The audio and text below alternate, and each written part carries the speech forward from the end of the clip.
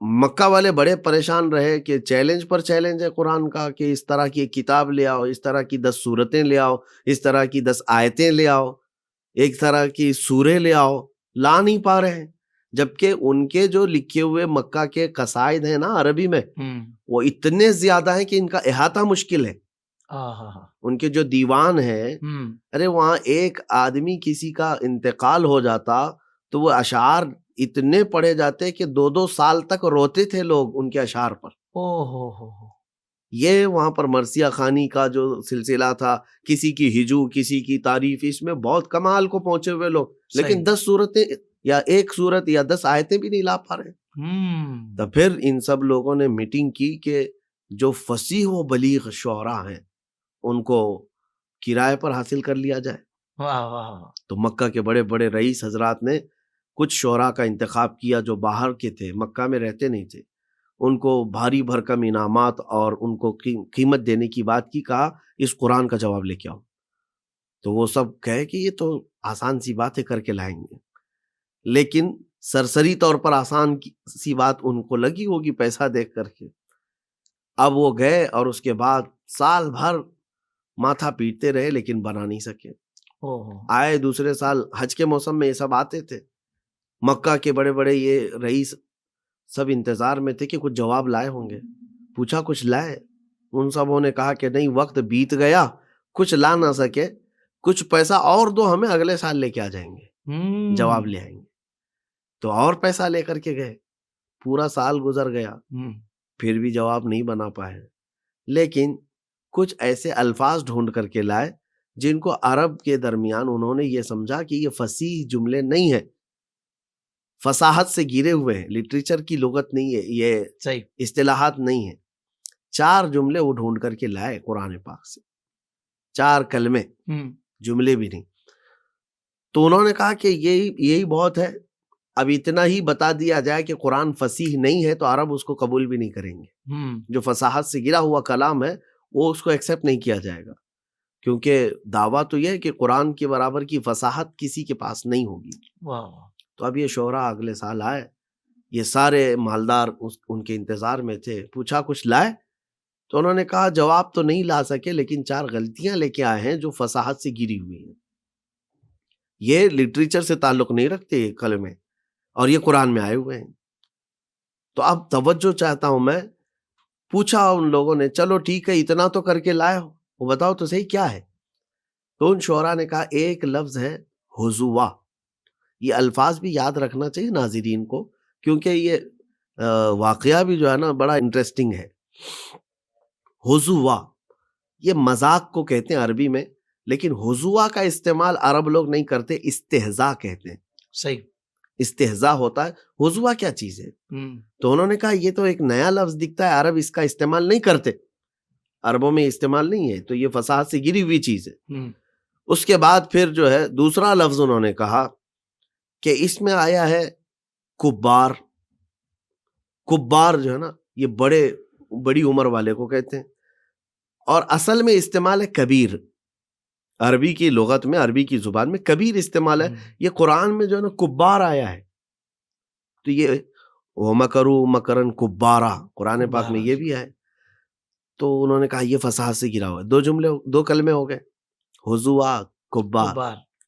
اچھا، اور آگے چل کر کے وہ کہتے ہیں اور 2 کلمے آئے ہیں، لَشَيْءٌ عُجَاب۔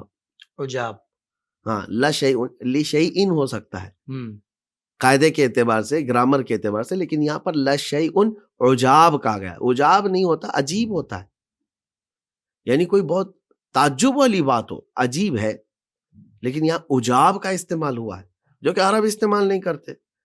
تو مکہ کے جتنے سیٹھ تھے کہا یہ بھی تو بڑی بات ہے، چلو اتنا تو لے آئے وہ 2 سال میں، قرآن کے اندر یہ چیزیں ہیں، ٹھیک ہے۔ یہ اس زمانے کی بات کر رہا ہوں جس میں قرآن مسلسل چیلنج دے رہا ہے۔ صحیح۔ اب یہ ساری چیزیں لے کر کے گئے کہ آپ جاتے ہیں محمد صلی اللہ علیہ وسلم کے پاس اور کہتے ہیں کہ تمہاری یہ جو پیش کی جانے والی کتاب ہے یہ تو فصاحت سے گری ہوئی ہے، اور آپ کہتے ہو اللہ کا کلام ہے۔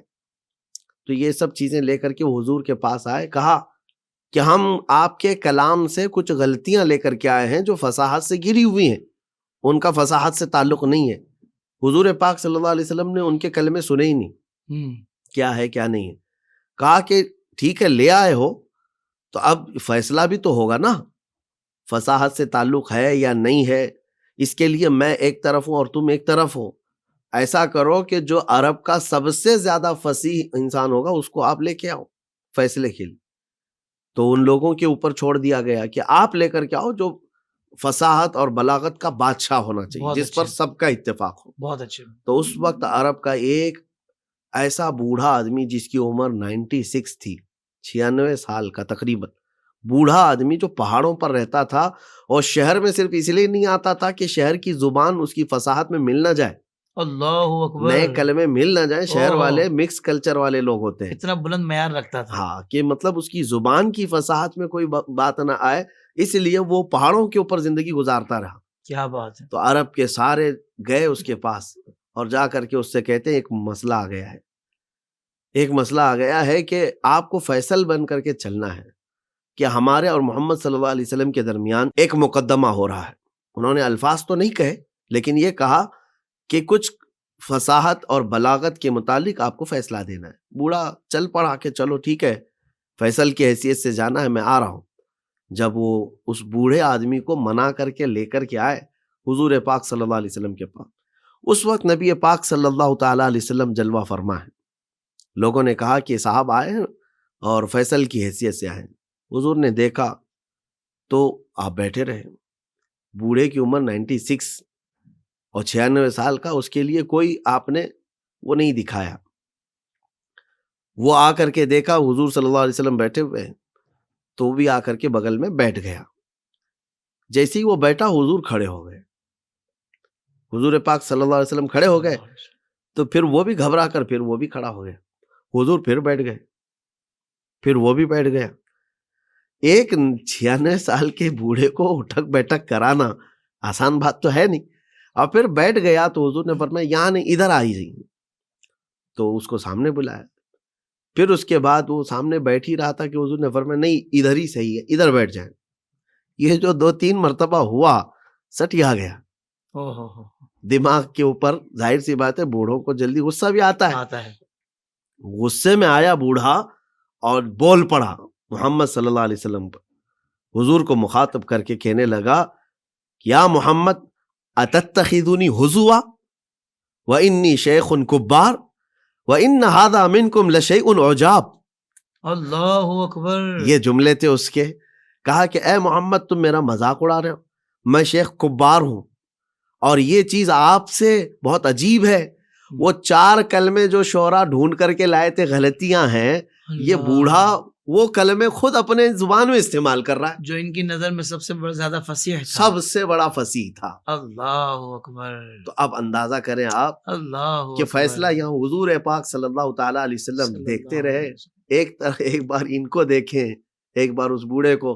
کہا کہ حضور نے فرمایا کہ تم تو فیصل بنا کے لائے تھے, یہ تمہارا سب سے زیادہ فصیح انسان وہ کلمے استعمال کر رہا ہے. ہائے ہائے ہائے ہائے, اللہ اکبر. زندگی کے تمام شعبوں میں دینی رہنمائی حاصل کرنے اور آخرت کو بہتر کرنے کے لیے ہمارے YouTube channel Islamic digital studio کو سبسکرائب کر لیں اور بیل آئیکن بھی پریس کر لیں. قرآن سے بھی ملاتا ہے ہمارا